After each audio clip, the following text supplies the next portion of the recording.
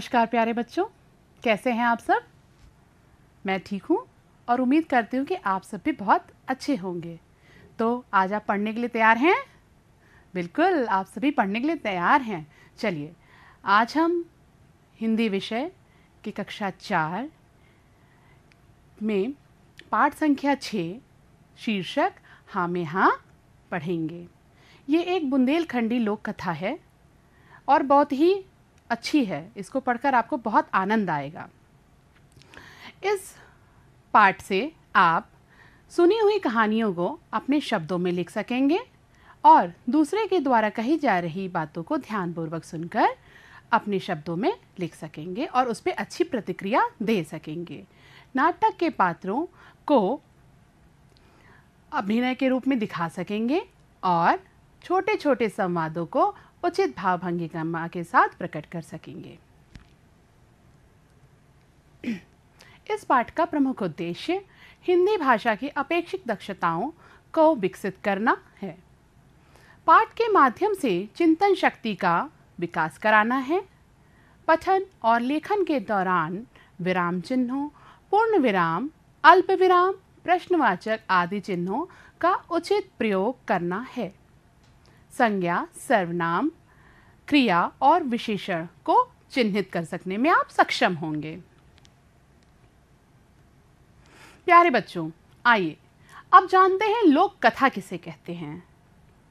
लोक कथा से हमारा अभिप्राय लोक अथवा जन समुदाय में प्रचलित किसी अज्ञात व्यक्ति द्वारा रचित कोई परंपरागत कहानी से है जिसमें भाषा, विचारों व भावों की सरलता होती है।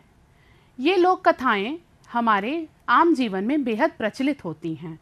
ये आपकी दादी, नानी, बाबा कोई भी आपको सुनाते होंगे और मुझे लगता है कि आपने अवश्य सुनी भी होंगी। बच्चों, आइए मेरे कुछ सवालों का जवाब दीजिए। प्रश्न 1, बच्चों क्या आपने वीरों और महापुरुषों की कहानियां सुनी हैं? बिल्कुल सही जवाब, आपने वीरों और महापुरुषों की कहानियां सुनी हैं। प्रश्न 2, बच्चों क्या आपने लोक कथाएं सुनी हैं? जैसा कि मैंने आपको पूर्व में बताया है कि ये लोक कथाएं आपको आपकी दादी, नानी, बाबा कोई भी सुना सकते हैं और उन्हें अवश्य सुनाया भी होगा।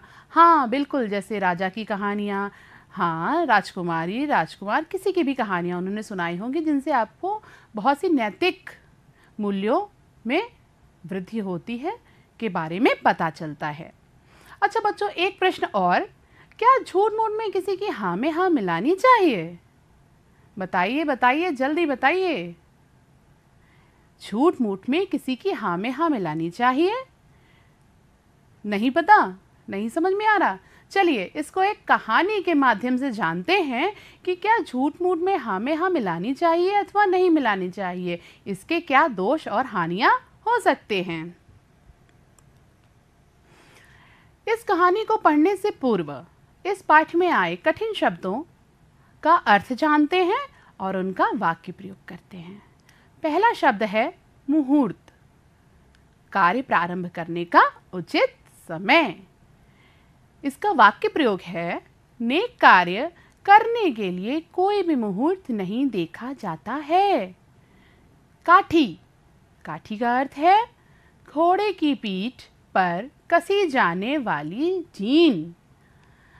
वाक्य प्रयोग, घोड़े की सवारी करने के लिए काठी का प्रयोग करते हैं। तीसरा शब्द है पचड़ा, पचड़े का अर्थ है झमेला। इसका वाक्य प्रयोग होगा, किसी दूसरे के पचड़े में नहीं पड़ना चाहिए। पांचवा शब्द है सुस्त, सुस्त का अर्थ है ढीला। बुखार होने के कारण रमेश बहुत सुस्त है।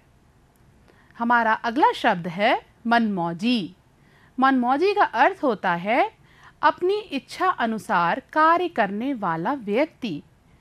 इसका वाक्य प्रयोग कुछ इस प्रकार है, शीला बहुत मनमौजी लड़की है। मैं उम्मीद करती हूँ कि आप सभी को इन कठिन शब्दों का अर्थ अच्छे से समझ में आ गया होगा और अब आप इनसे वाक्य प्रयोग करने में सक्षम होंगे। आइए अब हम इस पाठ का आदर्श वाचन करते हैं।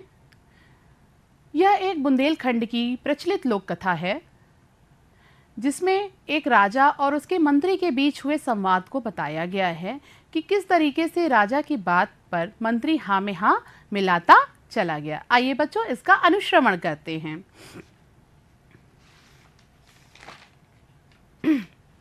एक बार की बात है, एक राजा थे। राजकाज करते हुए वे बहुत ज़्यादा थक गए, तो उन्होंने मंत्री से कहा कि सोचता हूँ कि हम लोग गंगा स्नान करने के लिए जाएं। राजा की बात सुनते ही मंत्री चट से बोले, बहुत शुभ विचार है महाराज, आपके पूर्वजों ने तो कई बार गंगा की यात्रा की है, अवश्य ही चला जाए। राजा ने पूछा कि मंत्री जी चलने के लिए कोई शुभ मुहूर्त दिखवा लीजिए। तो मंत्री जी बोले कि सबसे बड़ा मुहूर्त इच्छा है, जिस दिन महाराज के चलने की इच्छा हो उसी दिन आप चलने के लिए तैयार हो जाएं। महाराज जी ने कहा चलिए ये भी ठीक है, तो इसके लिए यात्रा के लिए सवारी का प्रबंध किया जाए। मंत्री बोले बिल्कुल मैं सवारी का प्रबंध करता हूँ। महाराज गंगा नदी बहुत दूर है महाराज, तो इसके लिए हमें किस सवारी से जाना चाहिए? राजा ने पूछा। मंत्री ने कहा हमारे पास बहुत सी सवारियां हैं जिससे आप चलना चाहें। राजा बोले जैसा बताइए आप किस सवारी से हमें चलना सही रहेगा? मंत्री जी बोले सवारी तो वही ठीक रहेगी जिसमें श्रीमान को सुविधा होगी। मंत्री जी बोले कि ऐसा करते हैं महाराज, हम किससे चलते हैं? हम चलते हैं हाथी से। हाथी की सवारी बहुत आरामदायक सवारी होती है। राजा बोले हाथी की सवारी आरामदायक तो रहेगी मगर हाथी बड़ा धीरे चलता है और वो बहुत धीमी सवारी है, बहुत दिन लगा देगा हमें गंगा यात्रा करने के लिए। मंत्री बोले सो तो आप सही कह रहे हैं, धीमी सवारी तो है हाथी, तो हम ऐसा करते हैं कि हम ऊंट से चलते हैं। मंत्री बोले ऊंट की सवारी करते हैं। राजा बोले ऊंट की सवारी अच्छी तो रहेगी मगर ऊंट बलबलाता बहुत है और उस पर बैठे बैठे मेरी कमर टूट जाएगी। राजा बोले तो इस पे चट से मंत्री ने उत्तर दिया हाँ महाराज आप बिल्कुल सही कह रहे हैं, ऊंट की सवारी करने से कमर में दर्द तो शुरू हो जाएगा परंतु सवारी बहुत अच्छी है। ऐसा करते हैं महाराज कि हम अब दूसरी सवारी के बारे में सोचते हैं। राजा ने बोला चलिए मंत्री जी अब किस सवारी से चला जाए? तो मंत्री बोले राजा हम लोग ऐसा करते हैं अब वीरों की सवारी घोड़े से चलते हैं। राजा जी को ये सुझाव अच्छा लगा। राजा जी ने कहा बिल्कुल हम घोड़े की सवारी से करते हैं।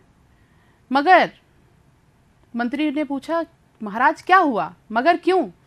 राजा ने कहा घोड़ा बहुत मनमौजी जानवर है, उसका कोई भरोसा नहीं है,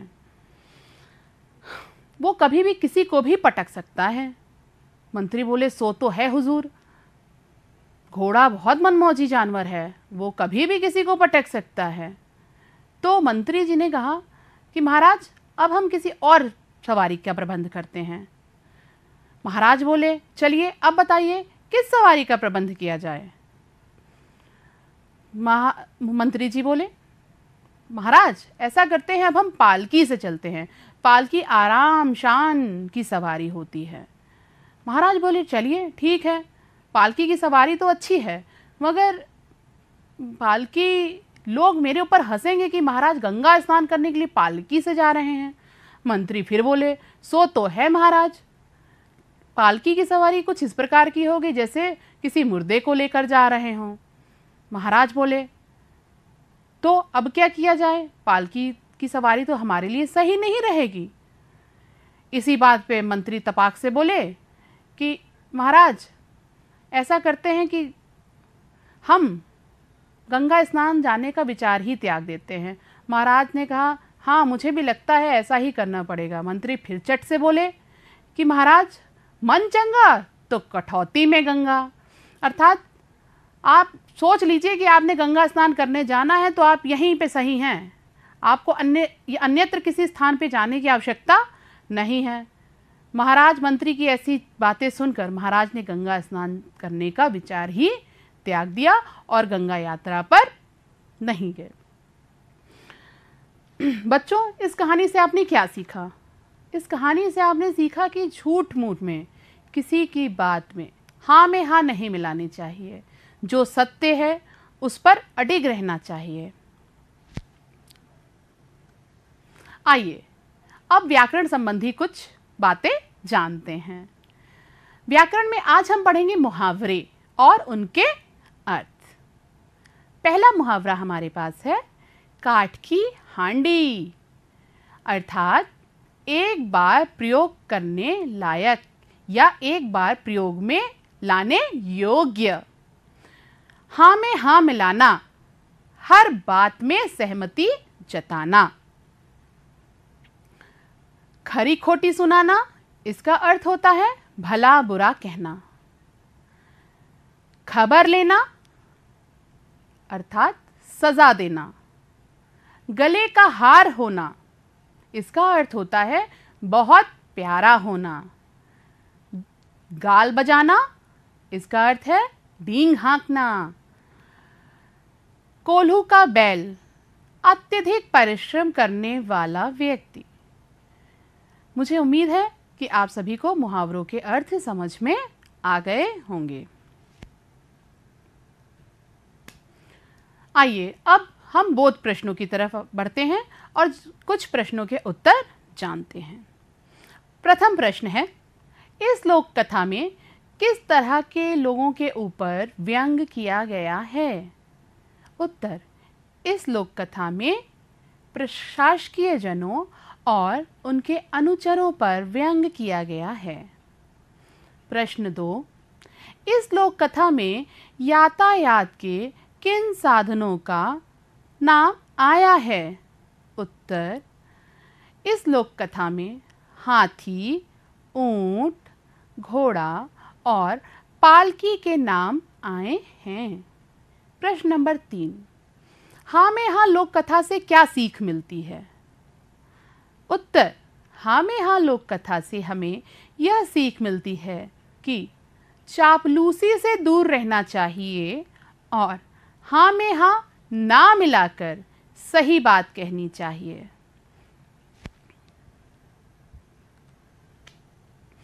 प्यारे बच्चों, अब हम पुनः एक बार इस पाठ में क्या क्या हुआ इसका पूरा वृत्तांत जानते हैं। इसकी पुनरावृत्ति कर लेते हैं। राजा राजकाज से थकने के कारण गंगा स्नान करने के लिए जाना चाहते थे। दूसरा, राजा ने मंत्री से एक अच्छा मुहूर्त देखने के लिए कहा। तीसरा, मंत्री ने सर्वप्रथम हाथी का चयन किया। चौथा, हाथी के धीरे धीरे चलने के कारण ऊंट की सवारी करने का फैसला किया गया। पांचवा, ऊंट के बलबलाने के कारण वीरों की सवारी घोड़े का चयन किया गया। छठा, घोड़े के मनमौजी स्वभाव के कारण पालकी की व्यवस्था करने की सोची गई। सातवां, राजा को पालकी की सवारी अच्छी ना लगने के कारण गंगा स्नान का विचार त्यागना पड़ा। इस कहानी से हमें क्या शिक्षा मिलती है? इस कहानी से हमें यह शिक्षा मिलती है कि झूठ मूठ में किसी की बात पर हाँ में हाँ नहीं मिलानी चाहिए। बच्चों, आइए अब हम कुछ अभ्यास कार्य करते हैं।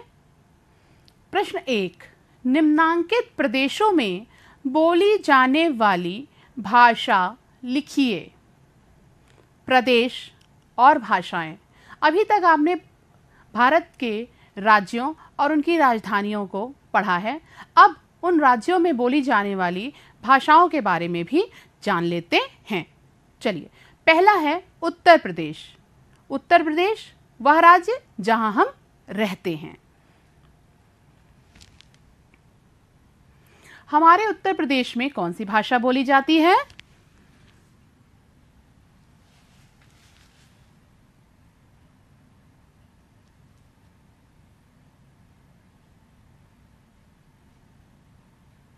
हमारे उत्तर प्रदेश में हिंदी भाषा बोली जाती है। दूसरा राज्य है पंजाब। पंजाब में कौन सी भाषा बोली जाती है? पढ़िएगा और मुझे बताइएगा कि कौन सी भाषा बोली जाती है।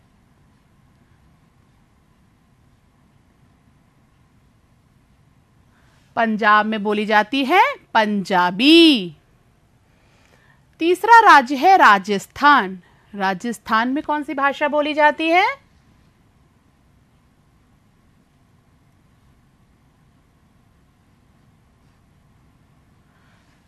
बिल्कुल सही पढ़ा आपने, हिंदी। राजस्थान में हिंदी बोली जाती है। चौथा राज्य है गुजरात। गुजरात में कौन सी भाषा बोली जाती है? जल्दी से बताइए, कौन बताएगा?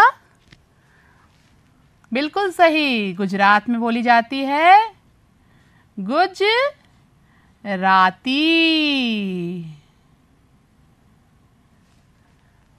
पांचवा राज्य है केरल। केरल में कौन सी भाषा बोली जाती है? किसी को पता है? नहीं जानते? चलिए मैं बताती हूं, पढ़ते जाइए मेरे साथ। मलयालम। केरल में कौन सी भाषा बोली जाती है? मलयालम। तमिलनाडु। तमिलनाडु में कौन सी भाषा बोली जाती है? कौन बताएगा सबसे पहले?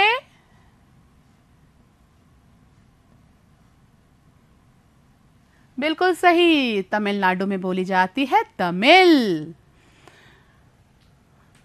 हमारा दूसरा प्रदेश है कर्नाटक। कर्नाटक में कौन सी भाषा बोली जाती है? किसी को पता है कर्नाटक में कौन सी भाषा बोली जाती है?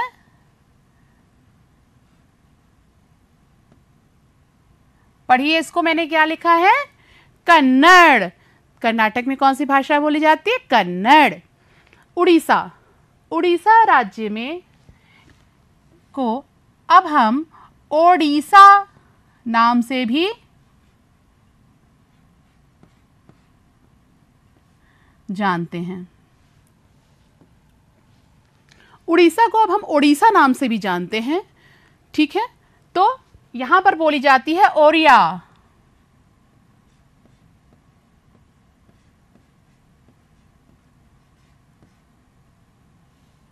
जिसको पहले हम उड़िया भाषा के नाम से जानते थे, अब इसको हम ओरिया कहते हैं। पश्चिम बंगाल में कौन सी भाषा बोली जाती है? किसको पता है? किसी को पता है?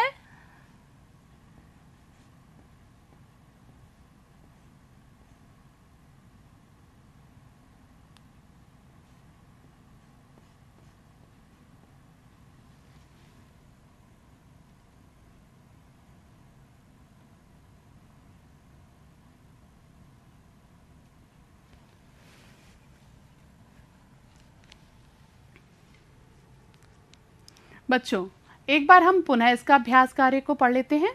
निम्नलिखित प्रदेशों में बोली जाने वाली भाषाएं लिखिए। प्रदेश और भाषाएं। उत्तर प्रदेश में कौन सी भाषा बोली जाती है? बिल्कुल सही, हिंदी। पंजाब में पंजाबी। राजस्थान में हिंदी। गुजरात में गुजराती। केरल में मलयालम। तमिलनाडु में तमिल। कर्नाटक में कन्नड़। उड़ीसा या ओडिशा, ओडिशा में कौन सी भाषा बोली जाती है? ओरिया। और पश्चिम बंगाल में बोली जाती है बंगाली। मुझे उम्मीद है कि आप सबको ये भाषाएं याद हो चुकी होंगी। आइए बच्चों, अभ्यास कार्य 2 करते हैं। अभ्यास कार्य 2 में हमसे पूछा गया है, निम्नलिखित वाक्यों में संज्ञा ढूंढो। पहला है, राजा गंगा स्नान के लिए जा रहे थे। इसमें संज्ञा कहाँ है? कौन बताएगा? बिल्कुल सही। राजा और गंगा संज्ञा शब्द है। दूसरा शब्द है ऊंट रेगिस्तान का जहाज है। इसमें कितने संज्ञा शब्द आए हैं? पहला शब्द ऊंट, दूसरा रेगिस्तान, तीसरा जहाज। ऊंट रेगिस्तान का जहाज है में ऊंट संज्ञा है, रेगिस्तान संज्ञा है और जहाज भी संज्ञा है। घोड़ा वीरों की सवारी है। इसमें संज्ञा शब्द छांटिए, घोड़ा और सवारी। ठीक है, वीर हमारा विशेषण है। चौथा, हाथी विशालकाय जानवर है। तो हमारा संज्ञा शब्द हुआ हाथी और जानवर। इसमें दो संज्ञा शब्द निकले, हाथी और जानवर। पांचवा, राजा सत्यवादी व्यक्ति थे। इसमें राजा और व्यक्ति। हमें सदैव सत्य बोलना चाहिए। इसमें संज्ञा शब्द है सत्य। तुम कक्षा 4 में पढ़ते हो। इसमें संज्ञा शब्द है कक्षा। उम्मीद करती हूं कि आप सभी को संज्ञा शब्दों की उचित जानकारी हो चुकी होगी।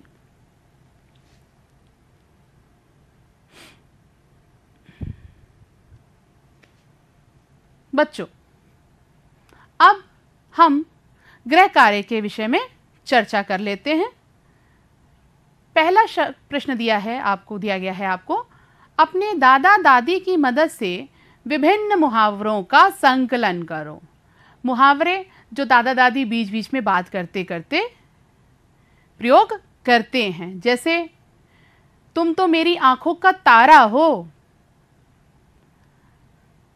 तुम मेरे गले का हार हो, राम बहुत आग बबूला हो उठा। ये सब हमारे मुहावरे हैं और इनको अपनी दादा दादी की मदद से आपको पूछकर अपनी कॉपी में नोट करना है। दूसरा प्रश्न, पाठ में आए मुहावरों को ढूंढिए और उनका वाक्य प्रयोग करिए। पाठ में कई सारे मुहावरों का प्रयोग किया गया है, उनको आपको अपनी कॉपी में ढूंढना है, लिखना है और उनका वाक्य प्रयोग करना है। जैसे इसमें प्रयोग हुआ था,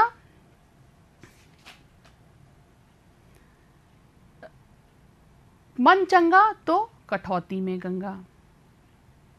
अर्थात आपका मन अच्छा है, आपके विचार अच्छे हैं, तो आपके लिए कठौती में ही गंगा उपलब्ध हो सकती हैं। ठीक है, ऐसे आए हुए मुहावरों और लोकोक्तियों को आपको अपनी कॉपी में नोट करना है और उन पे वाक्य बनाने हैं। प्रश्न 3 बहुत सरल प्रश्न है।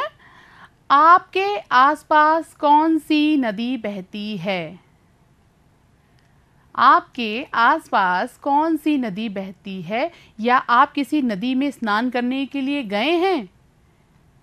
बिल्कुल, आप अपने पास, घर के पास या आसपास बहने वाली नदी का नाम अपनी कॉपी में लिखेंगे।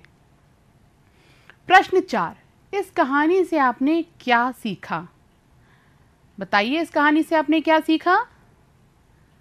इस बुंदेलखंड की लोक कथा से हमने ये सीखा कि कभी भी किसी की हाँ में हाँ, झूठ मूठ में नहीं मिलानी चाहिए, कभी भी चापलूसी नहीं करनी चाहिए और जो सत्य हो वही कहना चाहिए। प्रश्न 5, इस वर्ग पहेली से नदियों के नाम ढूंढो।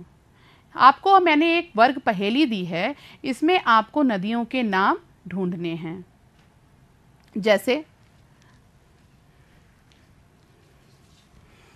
कई सारी नदियां हैं, ब्रह्मपुत्र, गोमती, कावेरी हैं। आइए हम ढूंढते हैं नदियों के नाम। देखिए, ब्रह्मपुत्र कहीं आपको दिख रहा है? ब्रह्मपुत्र कहीं दिख रहा है? किसी ने देखा? हाँ, शाबाश, बिल्कुल सही, ब्रह्मपुत्र।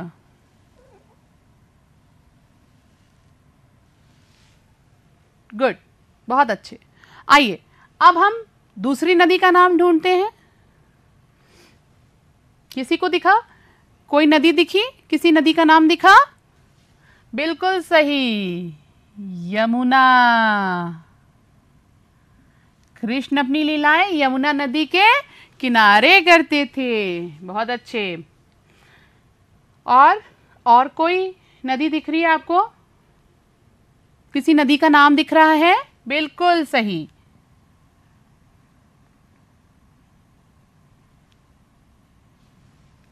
पढ़िए इसको, क्या लिखा है? नर्मदा। अच्छा, एक और नदी का नाम दिख रहा है मुझे, आपको दिखा? चेनाब। देखिए, ये हमारी एक और नदी है, चेनाब। और एक और नदी, सतलुज। ठीक, मुझे एक और नदी का नाम दिख रहा है, आपको दिख रहा है? जल्दी से बताइए। बिल्कुल, हमारी प्यारी नदी गंगा। ठीक, और कोई नदी? झेलम। कोई और नदी? गोमती, कावेरी।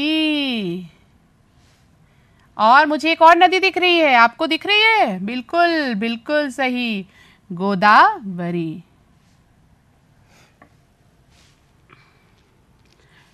इन नदियों के नाम आपको अपनी कार्यपुस्तिका में लिखने हैं और याद करने हैं, और ये भी बताना है कि ये किन राज्यों में होकर बहती हैं। प्यारे बच्चों, अब जैसा कि हम इस कहानी में जान चुके हैं कि हमें झूठ मूठ में किसी की बात में हाँ नहीं मिलाना चाहिए और वही बात कहनी चाहिए जो सत्य है। ठीक है, तो मैं उम्मीद करती हूँ कि आपने इस पाठ में आई हुई सभी बातों को आत्मसात किया होगा और ये जाना होगा कि हमें सदैव सत्य बोलना चाहिए, चाहे वो बात किसी को अच्छी लगे अथवा ना लगे, और हमेशा खुश रहना चाहिए। चलिए बच्चों, फिर मिलते हैं कुछ नई रोचक कहानियों, कविताओं और प्रेरक प्रसंगों के साथ, जिससे आपकी नैतिक मूल्यों में अभिवृद्धि होगी और आप सब बहुत ज़्यादा नैतिक मूल्यों का निर्वहन करने में सक्षम हो सकेंगे। मैं उम्मीद करती हूँ कि आप सभी ने हाँ में हाँ लोक कथा, जो कि बुंदेलखंड की थी, इसको बहुत अच्छे से पढ़ा, समझा, जाना और इसके अभ्यास कार्य को किया। अब आप सभी गृह कार्य को करके रखिएगा। हम पुनः मिलेंगे, तब तक के लिए आप सभी को ढेर सारा प्यार, आशीर्वाद, आशीष और शुभकामनाएं। फिर मिलते हैं बच्चों।